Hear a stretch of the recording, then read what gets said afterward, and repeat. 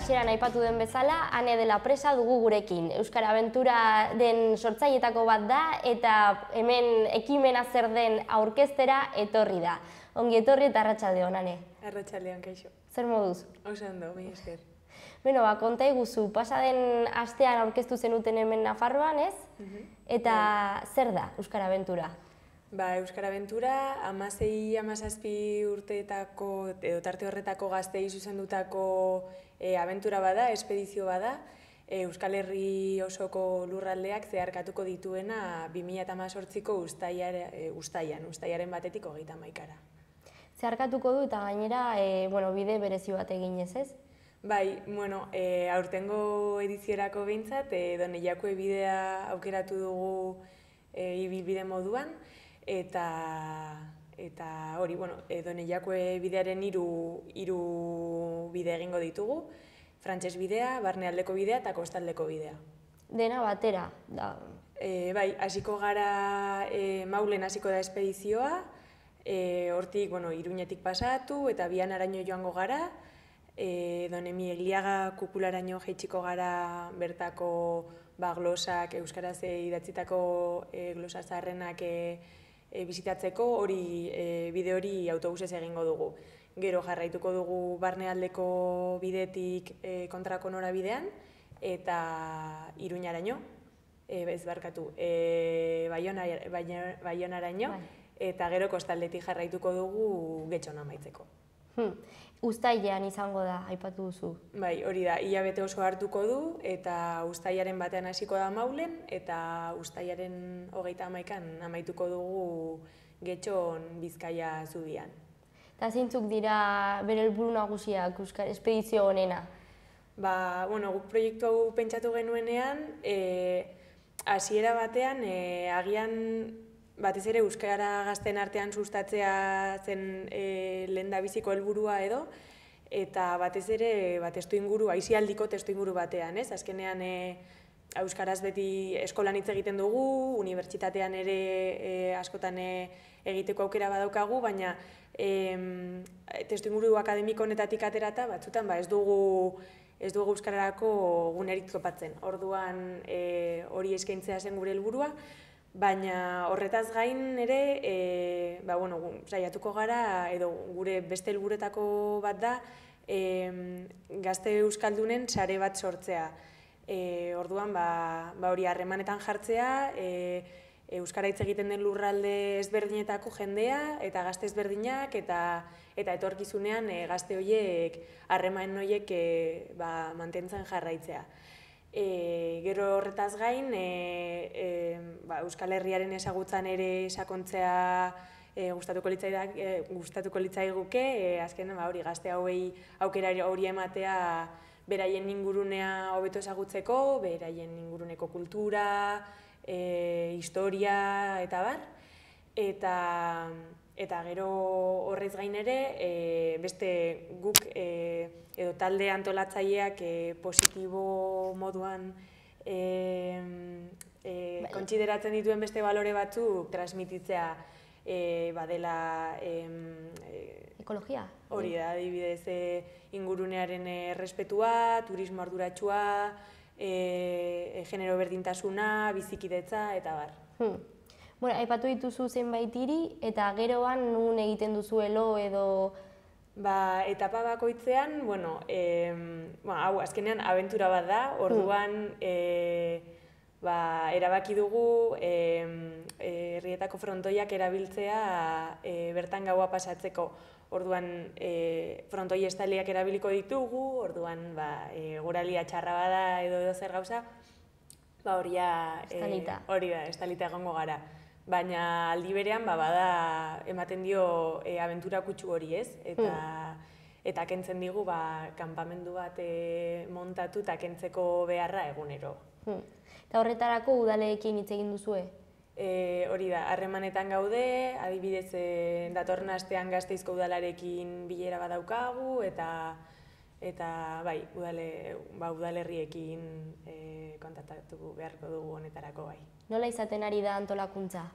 Bada prozesu luze bat, proiektu nahiko handia delako, baina baina oraingoz, bueno, eman ditugun pauso guztiak nahiko positiboak izan dira, kanpotik eman diguten feedbacka ere oso positiboa izan da, eta bide honean goaz, oso bide honean. Eta nola hasi zen proiektu honen ideia? Proiektua jaio zen 2015ean, New Yorkeko Euskal Etxeko urte hurrenean, elkartu zen Euskal Herritik zetorren gazte talde bat, eta haietako batzuk rutak etzalen ibilitakoak izan ziren, bai gazte moduan, baita monitore moduan ere bai, eta hortik edo abentura horretatik inspiratuta sortu zen proiektu hori edo formatu hori Euskal Herrira eta gure realitatera ekartzeko ideia. Eta hori, eta pixkanaka jende gehiago joan zen batzen talde antolatzaileera, eta hemen gaudia proiektuarekin mai gainean. Eta, 120 gaztei zuzendutako proiektua da, ez? Bai, hori da. 120 gazte izango dira parte hartuko dutenak, eta 16-17 urtekoak, hau da, 2001ean eta 2002an jaiotako gazteak izango dira. Hau, edo adintarte hau, agian malguagoa izan daiteke diasporari dagokionez, eta justuki 7 lurraldetako gazteak batu nahi ditugu taldean, baina baita diasporako jendea ere. Orduan, gazte espedizionarioak batuko dituen puntu aman komuna euskara izango da, eta euskaraz hitz egin nahi izateko borondadea. Orduan, 7 probintzietako gaztei zuzenduta, eta ere zuen antolatzaileen artean ere 7 probintzietako pertsonak zaudete. Hori da, gaude 4 arabar, 2 bizkaitar, 2 gipuzkoar, neska nafarra bat, eta iparraldean ere baditugu agian ez daude eguneroko lanean, baina laguntza behar dugunetan beti hor ditugu iparraldekoak ere bai. Eta gero, zuen artean nola antolatzen zarete, ze nolako profilak daude hor antolatzaileen artean? Egia esan, nahiko diversoa gara eta nahiko anitza gara, bakoitzaren profil profesionala oso ezberdina da. Gaude komunikazioan aritzen garenok, enpresariak direnak, unibertsitateko irakasleak, zaborraren kudeaketan lan egiten duen jendea, gainera atzerrian bizi den jendea ere badaukagu, eta pixkat horrela urrunetik laguntzen diguna, baina askotan etortzen dira, eta bar. Eta soziolinguistan aditu bat badaukagu ere bai, eta hori, oso, egia esan oso talde plurala gara. Osotara zenbat zarete gutxi gora bera? 10 pertsona gaude orain honetan lanean. 2 gaude liberatu moduan, 8 ordu egunean honi dedikatzen, baina beste 8ak hastia dutenean eta beraien denbora librean dedikatzen diote benetan izugarrizko lan egiten ari dira gainera. Eta nola hasten da zerotik horrelako ekimen bat? Hasieran, ate joka, inguruan ditugun lagunak, kontaktuak, hasiera batean batez ere dirua eskatu behar izan genuen, pixka bat aurrera egiteko, eta gero horretaz aparte, ez bakarrik babesle ekonomikoak, baizik eta beste modu batean ere lagunduko diguten beste laguntzaile batzuk ere bilatu ditugu, bai logistikoki lagunduko digutenak, bai zabalkundean lagunduko digutenak, eta bar. Orduan babesleak dituzue? Bai, eta eskerrak eman behar diegu, alde batetik babesle ekonomikoei, izan dira BBK, Eusko Jaurlaritza, Jaso Fundazioa eta Getxoko Udala eta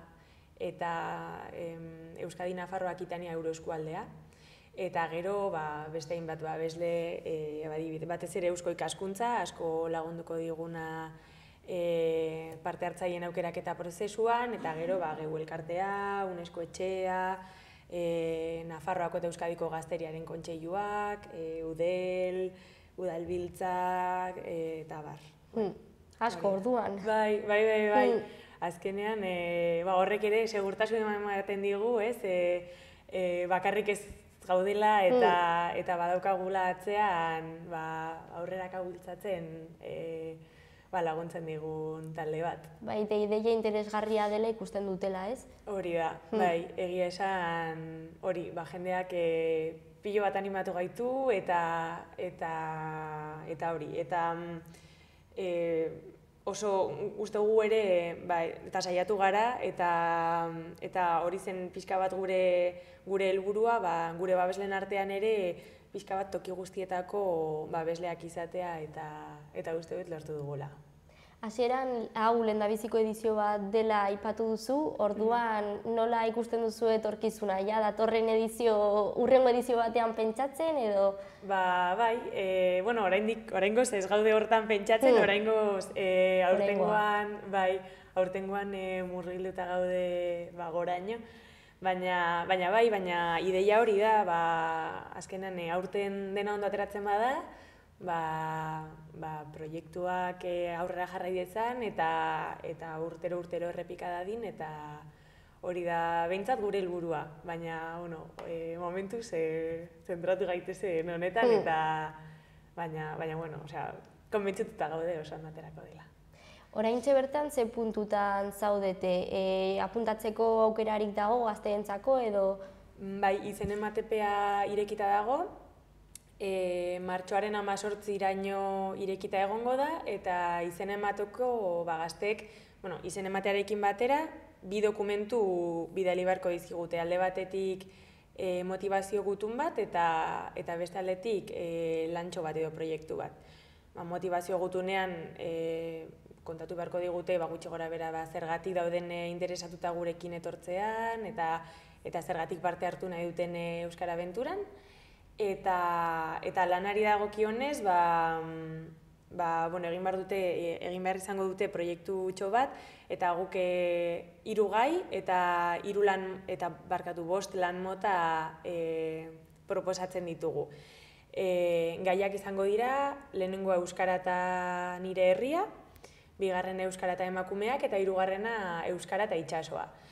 Saiatu gara, hori gai ahalik eta orokorrenak aukeratzen, gero gazte bakoitzak interpretatu dezan edo heldu diezaion gai horri, berari komeni zaion moduan edo interesatzen zaion gaiaren arabera.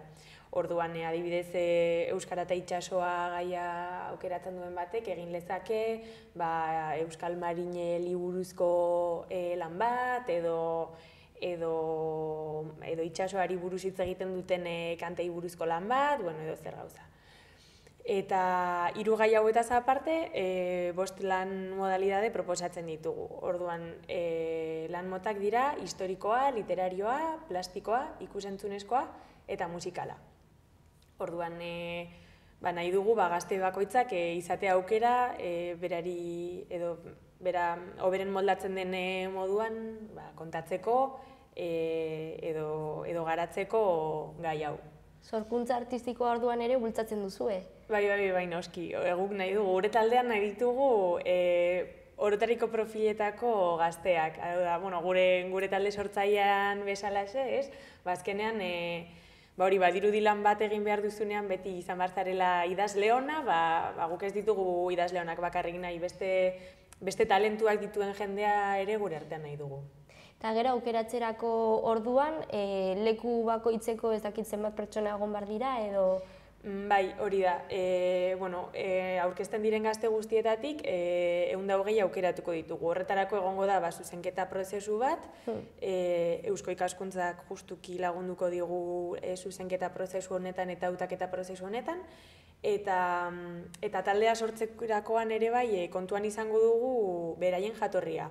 Orduan, saiatuko gara taldean errespetatzen, probintzia bakoitzeko edo Euskal Herriko lurralde bakoitzeko biztanleriaren proportzioa, hori saiatuko gara gure taldean errespetatzen. Orduan, gehiengoa Bizkaitarra izango da, gero jende Nafarra ere egongo da gehien, eta probintzia txikietatik jende gutxiago etorriko da.